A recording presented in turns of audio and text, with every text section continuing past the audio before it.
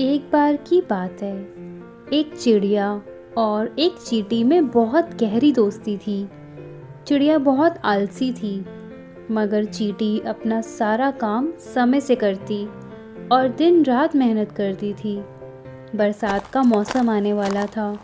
चींटी ने दिन रात मेहनत करके ढेर सारा खाना जमा कर लिया। चींटी ने चिड़िया से कहा, बहन, बरसात का मौसम आने वाला है, तुम अपने और अपने बच्चों के लिए खाना जमा कर लो, नहीं तो तुम्हें बहुत परेशानी होगी। चिड़िया ने इस बात पर कोई ध्यान नहीं दिया। बरसात आते ही दिन रात पानी बरसने लगा। चिड़िया अपने घोंसले से बाहर ना निकल सकी। उसके बच्चे भूख से रोने लगे। ये देखकर चींटी को दया आ गई। उसने चिड़िया को कहा, मेरे बिल में से कुछ खाना तुम ले जा सकती हो। फिर चींटी ने चिड़िया को समझाया, बहन, अगर तुमने मेरी बात मान ली होती तो आज तुम्हें और तुम्हारे बच्चों को भूखा नहीं रहना पड़ता।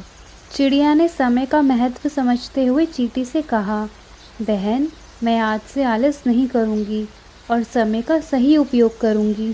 तुम्हें एक जादुई आइसक्रीम ट्रॉली दे रहा हूँ।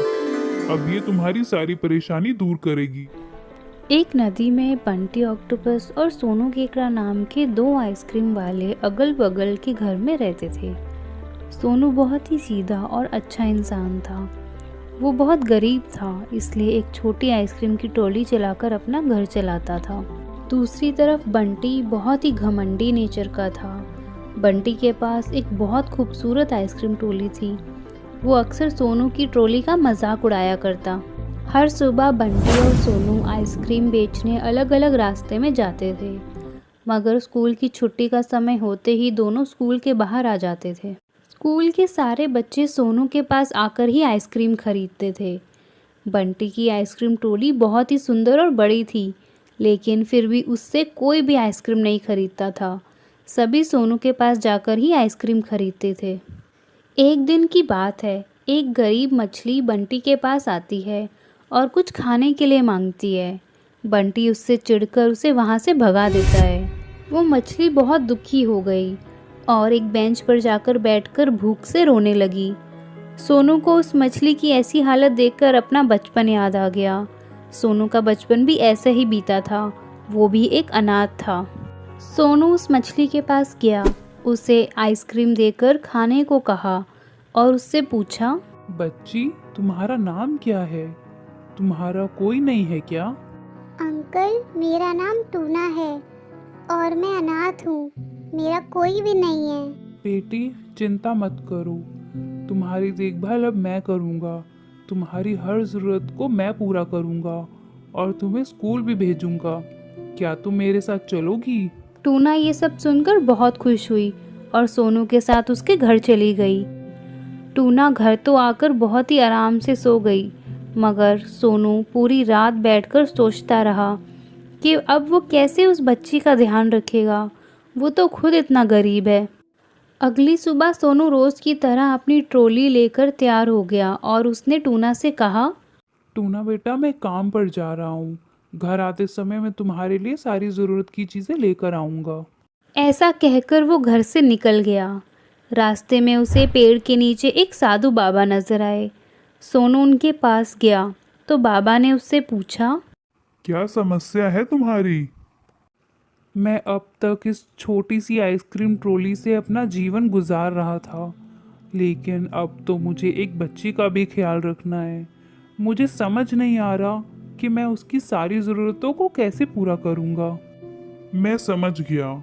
मैं तुम्हें एक जादुई आइसक्रीम ट्रॉली दे रहा हूँ। अब ये तुम्हारी सारी परेशानी दूर करेगी। सोनू खुशी से बाबा को धन्यवाद करते हुए उस नई ट्रॉली को लेकर चला गया और रोज़ की तरह सोनू स्कूल के पास आकर आइसक्रीम बेचने लगा। बंटी उसकी नई ट्रॉली को देखकर बहुत जेलस हुआ।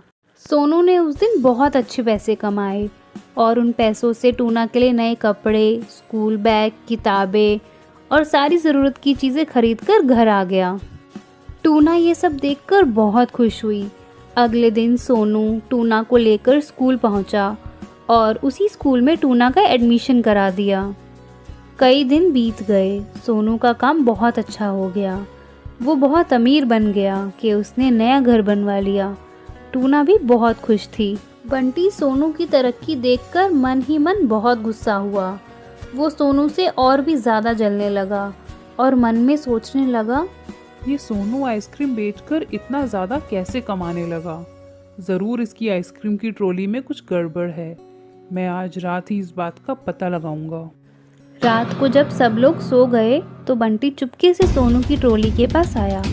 उसने ट्रॉली खोलकर देखी तो ट्रॉली बिल्कुल खाली थी, मगर उसने सोनू की ट्रॉली हथौड़ी से तोड़ दी। जब अगले दिन बंटी उठा और घर से बाहर आया तो चौंक गया। उसने देखा कि उसकी खुद की ट्रॉली टूटी हुई थी। फिर उसने सोनू की ट्रॉली को देखा, वो बिल्कुल ठीक ठाक अपनी जगह पे खड़ी थी। ये देखकर बंटी अपना सर पकड़कर रोने लगा।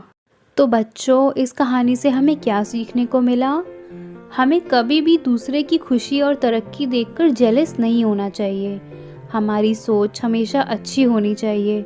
अगर हम किसी का साथ अच्छा करेंगे तो हमारे साथ भी अच्छा ही होगा।